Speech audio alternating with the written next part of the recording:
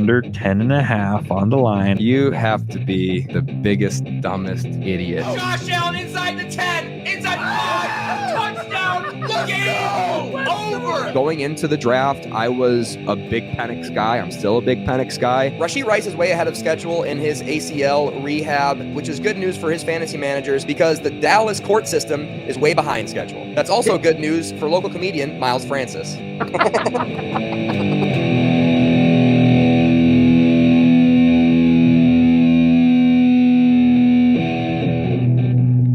Oh, hello, and welcome to What We Talk About with Jamie Jakes. I am him, and Ryan Perrio and I are just bundled up because we are going to go over some Superflex Dynasty startup draft, deep, dark sleepers.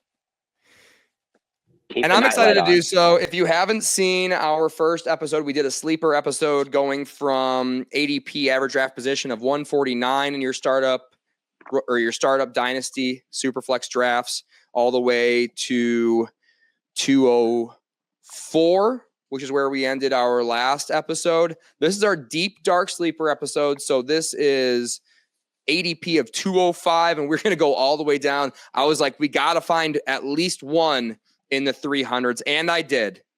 And you're welcome for that. And I'm excited to talk about it. Ryan Perrio, film demon, virtually to my left, I guess. How are you doing, buddy?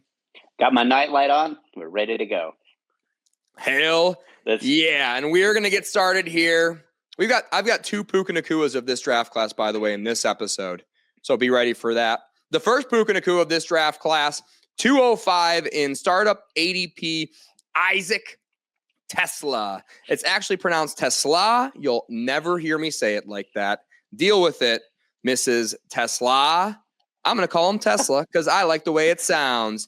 He is the first Puka Nakua of this draft class, and ironically, kinda has a little bit of the lettuce hanging out the back, just like Puka Nakua does. And he also he's big guy, but he kind of runs kind of crouched down and smooth, just the way he runs, just his running style is very reminiscent, similar to Puka Nakua. And the Lions have done it before. Lions did it with Amon-Ra St. Brown when he had. What was the actual number 16 wide receivers that were drafted before him, but his girlfriend miscount, and that's why he's number 14 now. We found that out in quarterbacks on Netflix this season. He is, like I said, tall, fast. He's got amazing hands. Brad Holmes loves guys with amazing hands, and he was amazing in Hillsdale College, where my parents own a house in Hillsdale, Michigan. So shout out to them. They have a house and a pool, and my grandpa lives there too on a lake. On a cottage. We've got 2 jet skis. It's pretty nice up there in Hillsdale, Michigan. But anyways, he decided to leave Hillsdale, Michigan because he wanted to be bigger than just, like a D2 college football superstar. He went to Arkansas. He went to the SEC. Starting quarterback hated him. Okay? That's the story I'm going to tell here. Starting quarterback absolutely hated this guy. Don't know why. Even his coaches love Tesla. You can ask him. Coaches love him. Quarterback did not throw him the football. Maybe it was because he's white. I don't know. That's all I'm thinking. That's all I'm thinking it could possibly be because he hated him. He was super inefficient in college, but his every target was elite. Every time he got thrown the football, he was amazing. He was I think his starting quarterback sat out or whatever, got hurt late in the season, and his backup came in for the bowl game and later parts of the season. And in those very small sample size, but big games, Tesla was elite. He was electric. He was all over the football field. His yards per route run went from a 1.2 career to a 5 yards per route run character with a backup quarterback in Arkansas, which is not a powerhouse offense to begin with. And then he found his way to some random, it was really well covered in the Inside the Den for the Detroit Lions. He went to some random camp or whatever. And then he was talking to Reese's Senior Bowl guy, and he was like, hey, we'll put you at the top of the waiting list. Basically, if somebody goes down in practice, somebody pulls a hamstring, somebody backs out for no reason, we're going to call you. Missed the first part of it, missed the first 3 days. Somebody popped the hamstring. He's like, hey, we've got a spot open for you for the next 2 days. He flies out there, balls out for no reason, hasn't been practicing with the boys, and just figures out a way to ball out in the in the actual game, the Senior Bowl game, as well as the practices, which are kind of just as important, even more important because the scouts kind of get their hands on the guy. The Lions traded a lot for him. He was a third round pick, but the Lions basically traded 3 third-round picks to go up and get him. They really like this guy. And in the Inside the Den, Dan Campbell said he's got an immediate role on this team. And I'm choosing to not believe that immediate role is like special teams, because they did play a lot of special teams in the Hall of Fame game. He might be a gunner. He might be the best gunner of all time. We don't know that. But anyways, he's got an immediate role in the game, but he's also already getting sprinkled in after the first Hall of Fame game into the starting offense, which you love to see. You love to see that happen. He looked incredible in the Hall of Fame game as a wide receiver in the short kind of run that he got. He also looked elite as a blocker, just like he did at the Senior Bowl and in Arkansas, and I assume in Hillsdale. I didn't watch his run blocking film in Hillsdale, I'll be honest. Ryan Perrio, sorry about that. But anyways, he's an elite blocker. He loves the Detroit Lions. He kind of grew up on the Lions. He wore a Lions jersey to his top 30 pro day, which is interesting that he was a top 30 guy, because a lot of scouts he was kind of under a lot of scouts' radar. He will need a injury to go full Puka Nacua this season for the Detroit Lions, because obviously he's got J-Mo and Amon-Ra and Sam Laporta and Jahmyr Gibbs now playing wide receiver, and David Montgomery on that offense. Dan Skipper is going to soak up a couple targets this year. Ryan Perry. Tim Patrick still on the team? Tim Patrick, reports are Tim Patrick himself. He's like, I suck. I think he practiced 3 practices with Tesla, and he's like, I ain't got it anymore. he came off the third practice field. And he's like, hey guys, he started talking to the media. He's like, I'm probably gonna get cut. when I watched him drafting, that was the person that I targeted as who he would likely replace in the short run. That he would be the Tim Patrick. He would be the 4th or 5th underneath receiver that just kind of, which you didn't even mention his 40, which he ran a very impressive, I believe, 4.4. Yeah, he ran a 4.4. He's a white guy. He's 6'4". He ran a 4.4. Big deal. You know, I don't believe in those 40-yard dashes, Ryan Perrio. But the way he blocks, you can tell that he doesn't believe that he ran 4.42, so he's gonna do whatever it takes. He blocks a guy who ran a 4.7. He blocks like a Restrepo. But I do love his, like I said, he's one of those guys that I think can be a grinder. I project his career to be kind of like Adam Thielen's, kind of that just no. I don't think he'll ever be a true number 1. I think he could be a really good number 2. Whoa, Adam Thielen was a number 1 last year. Only because Xavier Legette. Okay, whatever, dude. He was number 1 last year. He was number 1 year before that. So what's the number 1? To me, what's the number 1?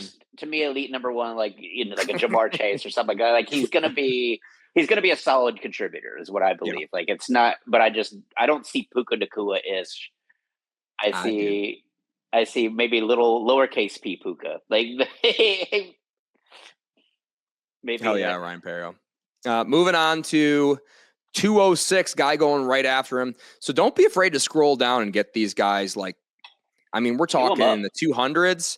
Like, once you get to 150 and you need a running back or you need a wide receiver, scroll way, way down. Get Tesla, get Woody Marks, or get one of the people we talked about earlier. Yeah. Woody. Oh, I spoiled it. Woody Marks, 206. He was my honorable mention. I think I've talked a lot about him. I think we both talked a lot about him.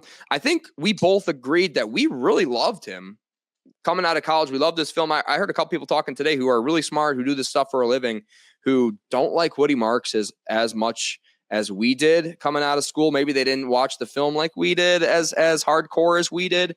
I love Woody Marks. I mean, 2 years of great production right there in USC. You know, you're playing for USC. You're playing at 11:35 start time. You know, guys on the East Coast, guys in Mountain, guys in Central Time. They're not going to go watch this guy play. He was electric last year. I don't know what the big deal, why he fell so far in the draft. They do kind of trade up with a day 2 pick for next year to get him, I believe, in the 4th round. So day 3 pick, but kind of like a day 2 pick in the terms of like draft capital wise. So they do kind of like him a lot.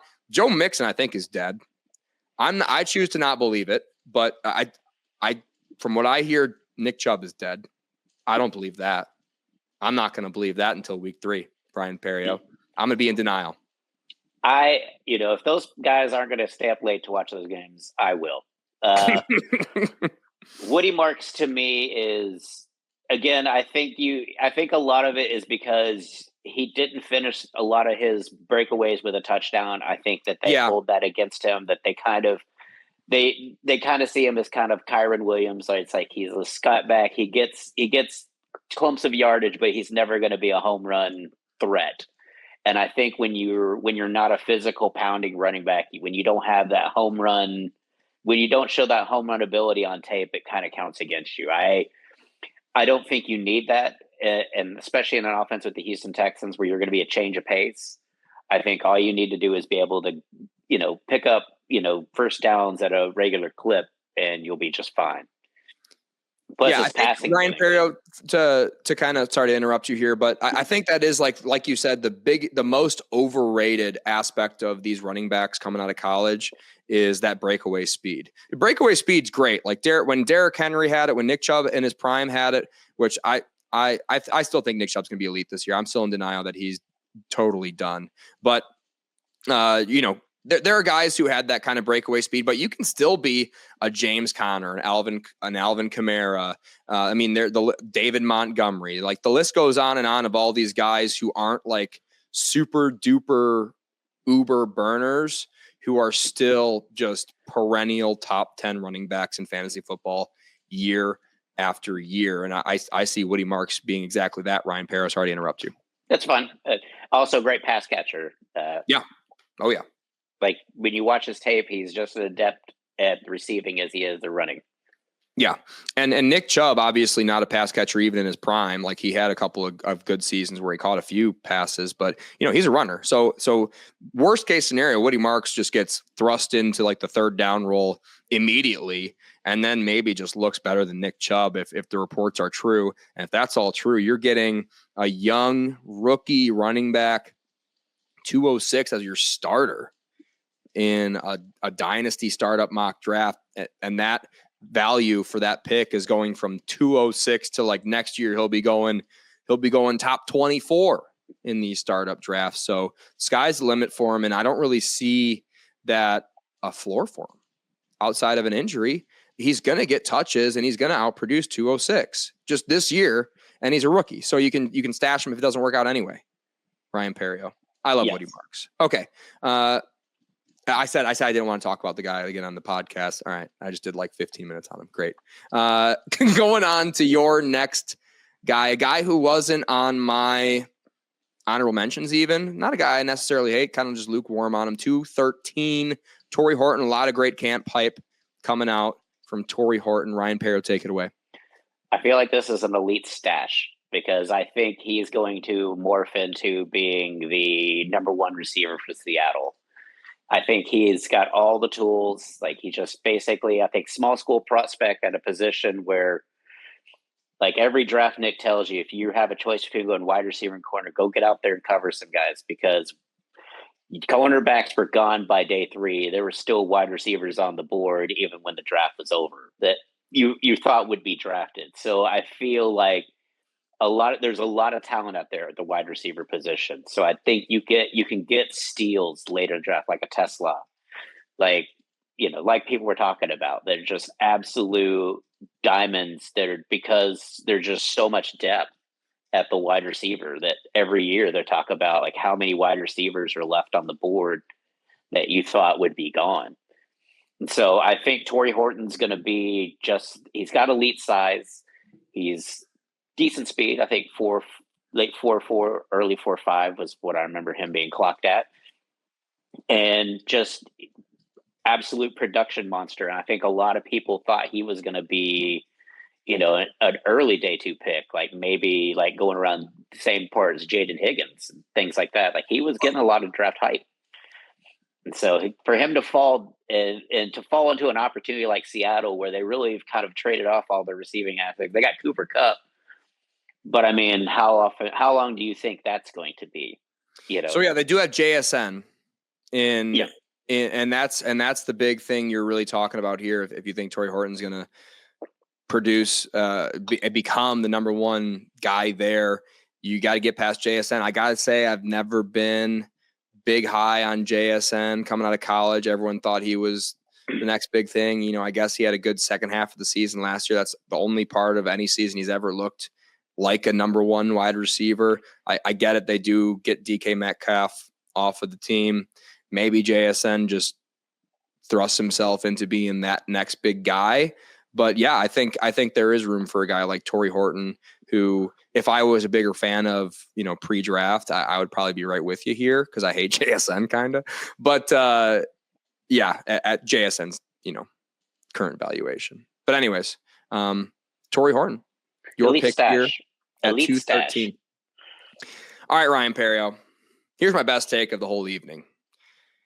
What if I told you you could get the number one wide receiver on an NFL football team at a Dynasty startup draft capital of 221 overall? What would you say, Ryan Perry? You'd probably say, what is he, like 37 years old? Was this Adam Thielen you're talking about? Is that what you would say, Ryan Perrio? I would say, tell me more, Jamie Jakes. Tell me more. I would be like, well, actually, he's number one receiver on his team, and he's 25 years old. And you can get him at 221 in Superflex Dynasty startup drafts, real life drafts, not even mock ones, real life startup drafts. Alec Pierce, the wide receiver one for the Indianapolis Colts. And you're saying, oh, Jamie, Josh Downs, yada, yada, yada. All right. Shut up, annoying guy. Let me read you some statistics. Why don't you? Tell me if this sounds like a number one wide receiver on your football team, Ryan Perrio. He led the team in reception yards, reception touchdowns. He led the team in yards per reception. He led the team in completion rate over expected. That's an advanced analytic, Ryan Perrio. He led the team in reception EPA. He led the team, obviously, of course, in EPA per target. He also led the team, obviously, in air yards per target. He looks great in camp. I saw him run one route on air. That was all I needed to see. All right. He hasn't pulled an Achilles or a calf or a hamstring. He's healthy. Daniel Jones or Anthony Richardson are going to be throwing him the football this year. Whichever is better between the two is going to be throwing him the football. And that's why I think Alec Pierce is a must draft in your Superflex Dynasty startup draft. Ryan Perrio. What do you think about Alec Pierce? Another white guy. Boy, throwing moral imperatives around. Must draft. I like Alec Pierce. My one hang up is that I think I will say his greatest attribute is his ability to stay healthy. I think he's on a roster with better talent that just can't stay healthy, and Michael Pittman and Josh Downs and A.D. Mitchell. I could throw A.D. Mitchell into that, but he's also got other difficulties besides staying healthy. But think about A.D. Mitchell. But I think there's a couple of at least wide receivers that are on par that could take away targets and stuff had they stayed healthy. Josh Downs could not stay healthy. Michael Pittman can't stay healthy. I don't think he's had a healthy season. Well, Michael Pittman's old and Josh Downs is like 172 pounds. Alec Pierce is like 6'2", 223, and he's white. So there's also that. Just blinded by the sun rays, is just whiteness is basically is like creates a gleam that defenders can't eyeball him up. I don't know what to tell you, but yeah, he's like the deep threat on the team. He led the team in reception yards, reception touchdowns last year. I think he's a great value of where you're getting him. He's 25. He's not even near his peak yet as an athlete. He's been in the NFL for forever. Also, dynasty-wise, and you're going to like this, Alec Pierce, last year of his contract with Indianapolis, Ryan Perrio. Yeah, he's about to go get $35 million somewhere with a team who actually has a quarterback, and he's going to be an absolute steal next season if you do draft him this season in your startup. I do think he should, if he is to be a number one, it's going to be a change of senior. I just don't think this situation is very suited. Like I said, they've based on contracts, they've already said Michael Pittman's their guy, and they've kind of, basically drafted 2 other guys. They tried. They Yeah. tried, and they couldn't get a guy to replace the white guy, Alec Pierce. They tried. They tried their best, Ryan Perrio. Yeah, but I just don't see with this offense either that him, he's definitely a stash if you do get him. Just I don't think that this offense is going to light up the passing game very much. Yeah. With this quarterback situation, especially if Anthony Richardson starts to really falter and they have to go to Daniel Jones. Whoa! Daniel Jones is my day one starter for the Indianapolis Colts. I think it's going to be Anthony Richardson. I don't agree at all. I feel Daniel Jones will take over sometime between week 3 and week 5, and then it'll be murky at best because then it's going to be the GM wants his quarterback that's basically kind of put him on the hot seat to start, and the coach who's on the hot seat trying to save his job wanting the other quarterback to start, and it's going to be spicy in Indianapolis. I think it's going to be a spicy quarterback situation. I think it's not going to do any of the wide receivers any good, and so, like I said, I would stash Alec Pierce at least unless they clearly say Anthony Richardson's not started, because I just see them trying to get him on the field because he is their guy.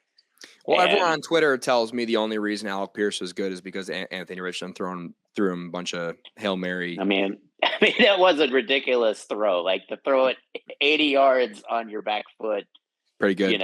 It without really kind of stepping into it is pretty ridiculous. Yeah, obviously Indianapolis, not a great situation, but Alec Pierce has an immediate way out of it. He's going 221, so you're using nothing.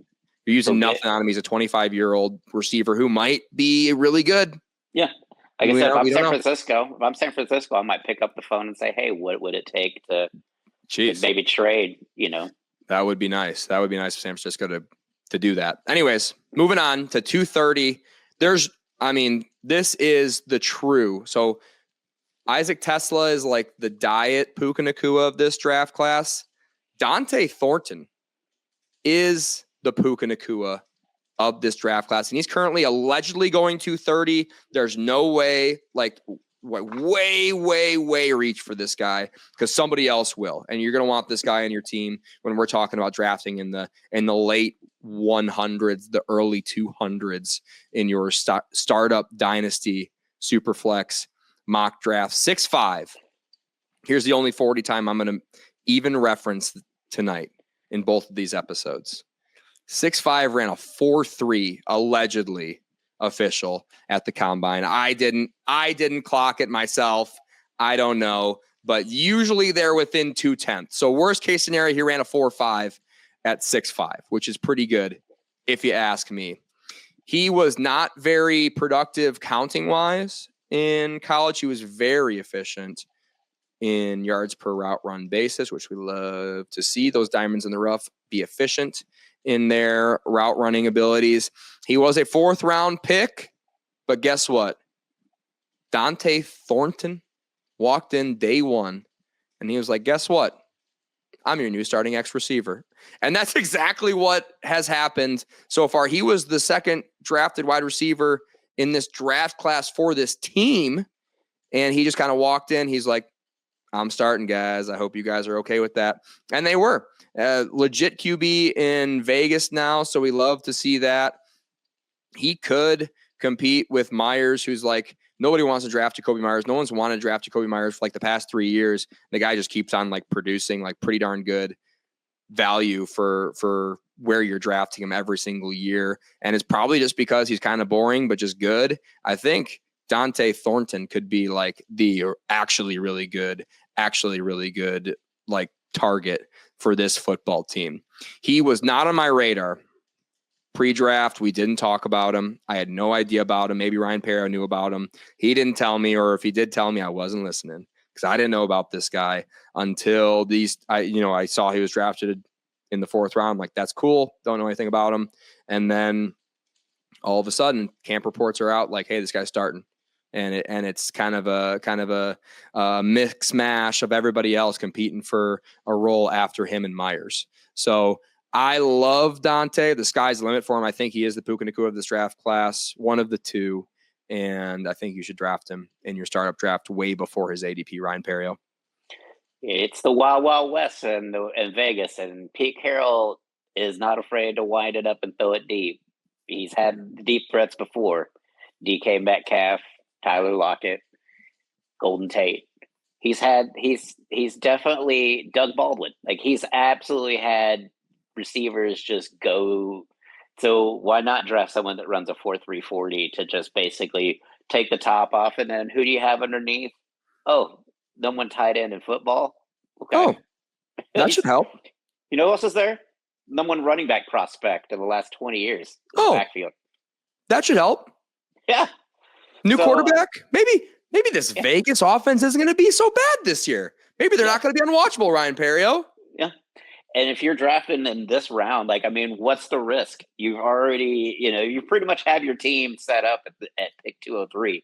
Most of these guys who are drafted outside of 220, I'm going to go back and look at one of my oldest startup drafts and go through outside of the top 220 and just see how many of those guys are even on a roster anymore. I bet after 2-3 seasons, the outside of the top 220, there's like 5-10%. You're getting a rookie. You're getting a guy who's going to start week 1 by all reports, or at least there's no really involved. And there's no other athletes of what he brings to the table. There's not much of that on the Raiders to be had. Which is why he was just day one, like, yep, we got our X. Like, nobody else can do that. Our DBs can't cover him. So.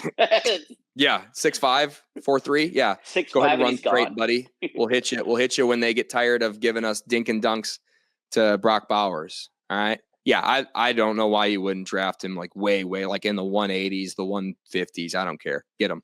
All right. Moving on to 233. This is one of your lads on the list. 233, Keaton Mitchell, Ryan Perrio.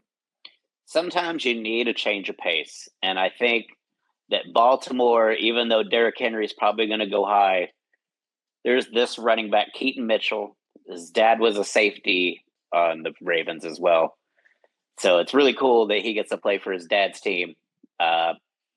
Keaton Mitchell is an absolute menace as far as running the ball. 4.4 speed, shifty. I think he holds the I think he's Coastal Carolina. I would like to say Memphis, but he holds like the records for his college, like of kick return for touchdowns and long runs. And I know it's like in the Coastal Carolina. It's East Carolina is what I'm thinking. I'm sorry. It's East Carolina. I was like, I know it's not Coastal Carolina but I love the Coastal East Carolina logo. I'm glad you got there by yourself, Ryan Perrio. That's awesome. Old age sometimes. But like, he is an absolute weapon. When I tell you, and sometimes that's all you need in a week start, a flex start in, or an injury. All it takes is for Derrick Henry to miss a step, and this guy is he was running back 1 when he went down his first year. Then he was RB2 last year until he got injured. So yes, there is a risk of injury, but man, when you watch this guy's highlights, he is absolutely impossible. He's like in a phone booth, just literally just juking people, then outrunning them. Like, it is sensational highlights. He's a little bit undersized, Ryan Perrio. I got him listed here according to Wikipedia at 5'7" and 7/8", 179 pounds, which is pretty small. So he's exactly about as tall as I am, because I think I'm 5'7" 3/4. I'm hopefully 215. I haven't stepped on a scale in a little while. I'm a little bit worried. I'm hopefully 215 right now. So what's 178 minus 215? Negative what? Negative 40. So, okay. About 40 pounds. Ready? Mm-hmm. Keaton Mitchell. He's my height. He's 40 pounds less than me. Okay. So but he's all speed. That's reason for concern.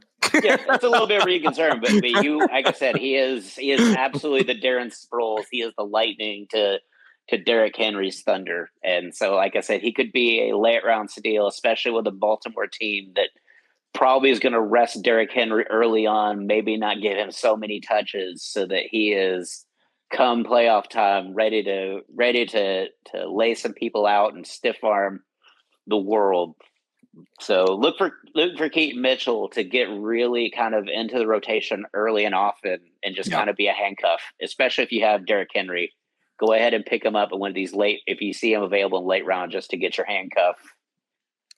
Yeah, change of pace guy for sure. Very efficient when he has had opportunities. Got to stay healthy. But hey, when we're talking about deep dart sleepers, Ryan Perrio, getting a 23-year-old running back with elite upside, like elite speed, a profile that's very similar to Devon Achane, which everybody's like over the moon excited about. Yeah, slightly undersized speedster running back in a high-powered offense.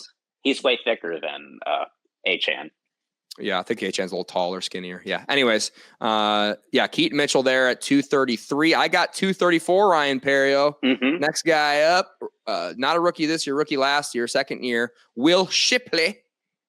His only competition for the number 2 role in Philadelphia, running back, by the way, is A.J. Dillon, who, if you're actually worried about A.J. Dillon kind of taking over this role, he's 284 in ADP. So even like the fantasy community doesn't think he's even remotely a threat despite his giant quads. Will Shipley's got some underrated quads himself, by the way, but I think he's the clear number 2. He wasn't great in the regular season in a limited role. He was kind of thrown into run the clock out situation. Garbage time.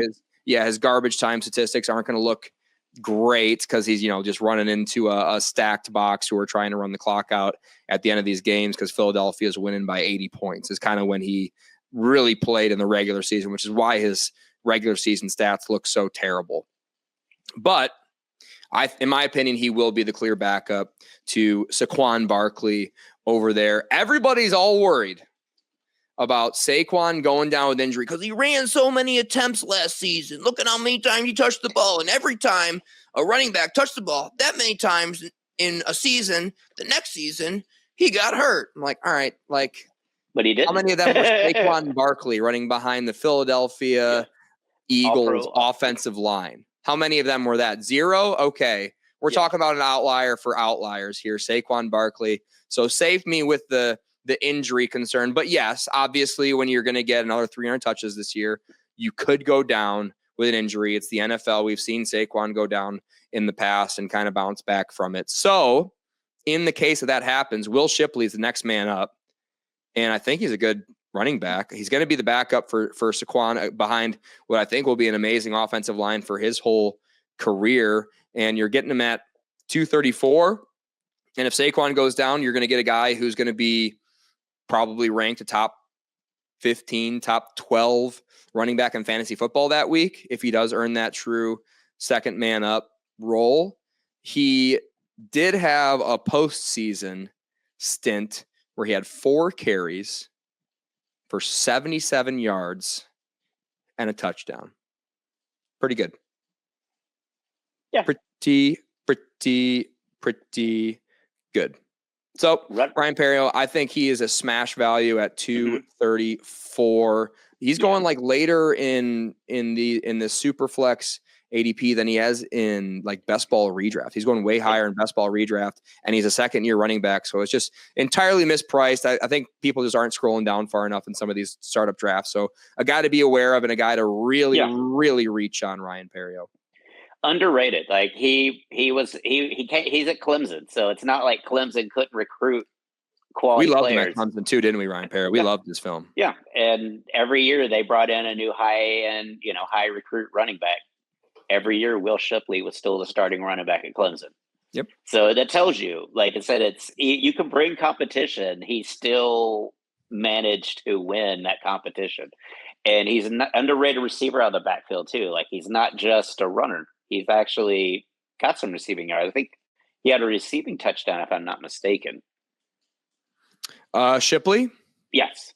In the NFL? I don't know. I didn't look at his receiving statistics. Okay. But I think he's got a couple. I think he had a couple receptions and one for a touchdown. Like I think he's very underrated. He does everything right. He's not super athletic, but he gets the job done. Another one again, another running back again where you don't finish your run in the end zone. So apparently you're not the great running back that needs to be drafted. I am receiving. I'm seeing regular season, so I don't know if this happened in the postseason or not. But I'm seeing 4 targets, 4 receptions. That's 100% catch rate, Ryan Perry. That's pretty good. 35 yards, none of which for a touchdown. 2 first downs though. Playoffs, 0 receptions. So he did not maybe, get. Maybe it was just a game sealing first down reception. Like it was they did what, and he just basically sealed the game. Maybe that could have been what I'm thinking of. But I know Sounds like Will Shipley to me. Yeah, like I said, he's beloved by his team. Like you could tell, like when he scored, like how much his teammates kind of rallied. Like they love the guy, and so Philadelphia is a good place to be if you're not super athletic, but you're willing to put your hat in there and lay it on the line. They Philly fans will definitely love you for that. Hell yeah. Moving on to 312. And I was kind of shocked to see this guy this low. And I was pumped to find him because boy, oh boy, was it rough out there in the 300s and these Superflex Dynasty startup. Just out there in the ADPs. storm, and then you see a light flickering in a window. And that light flickering in the window was none other than Devon Vele of the Denver Broncos. Couldn't quite stay healthy last year, but when he was fully healthy, he was an absolute target monster. Like early, like week 1, it was crazy. He was like, whoa, like who's this guy? And couldn't stay healthy, kind of got out of the rhythm, and then couldn't really bounce back later in the season. Big guy, 6'4", which we love. We know Sean Payton loves big guys, and that's the only kind of worry with like a Marvin Mims in a Sean Payton offense is like, is he going to get the red zone work? But I think Vele probably will, and he kind of did early on. He did miss 4 of those games with injuries, but with his time on the football field, he led the team in completion rate over expected, reception EPA per target. So I really like that EPA per target metric. Completion rate over expected, I'm like, whenever I see somebody kind of post that, like fully serious about it on Twitter, I'm like, relax, bud. But it's all right. It's an all right metric. But I really like EPA. I like per target EPA. I think it's really kind of sticky and solid. He was the second in targets per game behind Cortland Sutton, who is an absolute target monster, will be the number 1 for that offense this year. So the one downside with Vele is he is an elderly old man. He's 27 years old as a second-year NFL football player. So there is that. He's kind of currently in his prime as a receiver, but you're getting him at 312. So that's the good news, Ryan Perry. What do you think? It's a good draft pick. I guess if Cortland Sutton misses any time, he's now the de facto basically number 1 because you're not going to put Marvin Mims out there on an island. You're probably going to put Vele out there and let Marvin Mims work underneath. So I could say he had a really good season last year. He's a little bit smoother than you would think for a big guy. Like he doesn't seem like he's got like eye-popping, attributes of any kind, but he's just a smooth route runner and just is open. And once he gets open, good luck getting around him to try to knock that ball out. It's a big man. Big man, big hands, Ryan Perry, which we love. Big men with big hands on this podcast. I did have one honorable mention in this range. I did mention him last episode. Roschon Johnson going in the early 200s. I like him as like a little bit of a dart throw running back. Could be like the number 1 there or number 2 behind DJ Moore in Chicago. Not a great situation being in Chicago, despite what you hear on the podcast streets about how, Ben Johnson is the next best thing since sliced bread, but whatever. Anyways, Roschon Johnson, good shout out. Did we miss any of your guys, Ryan Perry? You want to go through your list really quick? Cause I was just going off of the pre-show notes and I'm worried we might've missed one of yours. Let's see here. Let's scroll back up. Nope. I think we got them all because we just started with Chuck. Cause I guess it seems really deep this year. Like fantasy, like outside of like the top 2 at each position, it's really just kind of a level playing field from like 3 to 4 to 10, like we're already down 300 something. It's kind of like you really, Your if you blanket's look on at, your microphone right now. oh, well, but it seems like everything's kind of even for a good long while in this draft. Like there's no real drop off outside of like the top two, like your Jamar Chases, your Puka Nakuas. Like the rest of the wide receiver class is kind of, could be from week to week just right around each other as far as scoring goes. So you're not like at a real detriment. Like, so there's a lot of depth, it feels like, just in a lot of offensive positions, like especially tight end. Like this Feels draft, like the skill pool is getting, especially at the wide receiver position, and maybe we're just overreacting to getting one of the best wide receiver classes I think we've ever seen in my lifetime. Worthy was like wide receiver 7 in the draft class. Like that's crazy. So yeah, they're wide receiver 7 in the draft class, as in like the rookie wide receivers. You would probably rank them at like the 6-7 range. When after seeing what you saw this season in the NFL from that rookie draft class, even though Roma Dunze stinks, it was still it was still an elite draft class, Ryan Perrio. Yeah. And it's been like, and I think even the draft class before that with Jamar Chase and Justin Jefferson, like you've got CeeDee Lamb, like you've got this whole like avalanche of Puka Nakuas. You've got like all these elite wide receivers. Yep. They're just kind of just in their just entering their prime, and then we have all like 10 new ones. Yeah, and then you just got Devontae Adams, who's just going to be probably like the 3rd best wide receiver this year. He's like 33 years old, so that should be fun. Yeah. All right. Thank you guys for watching. Please subscribe to the channel.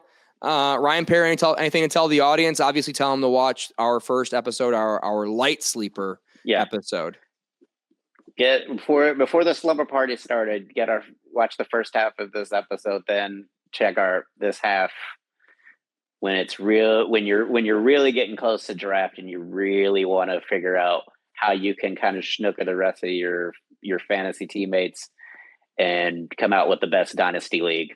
This is definitely when you want to watch right as you get ready to draft. Oh yeah. I mean, this is if you're doing a real life dynasty startup draft, like a real life dynasty team that you'll pass on to your children and they'll pass that team on to their children. We're talking like 3, 4, 5 generations this dynasty league is actually going to last. You want to take it extremely seriously. Definitely. I mean, it's probably too late already, but definitely try to lobby for a slow draft so you can really take your time, make trades if you need to. That's the best way to do it. Ryan Perrio. Thank you guys for watching. Thank you, Ryan Perrio, for joining us. I guess we'll be back for Dynasty Superflex Startup Busts featuring Travis Hunter. Thank you guys for watching. My name's Jamie Jakes. We'll see you next time.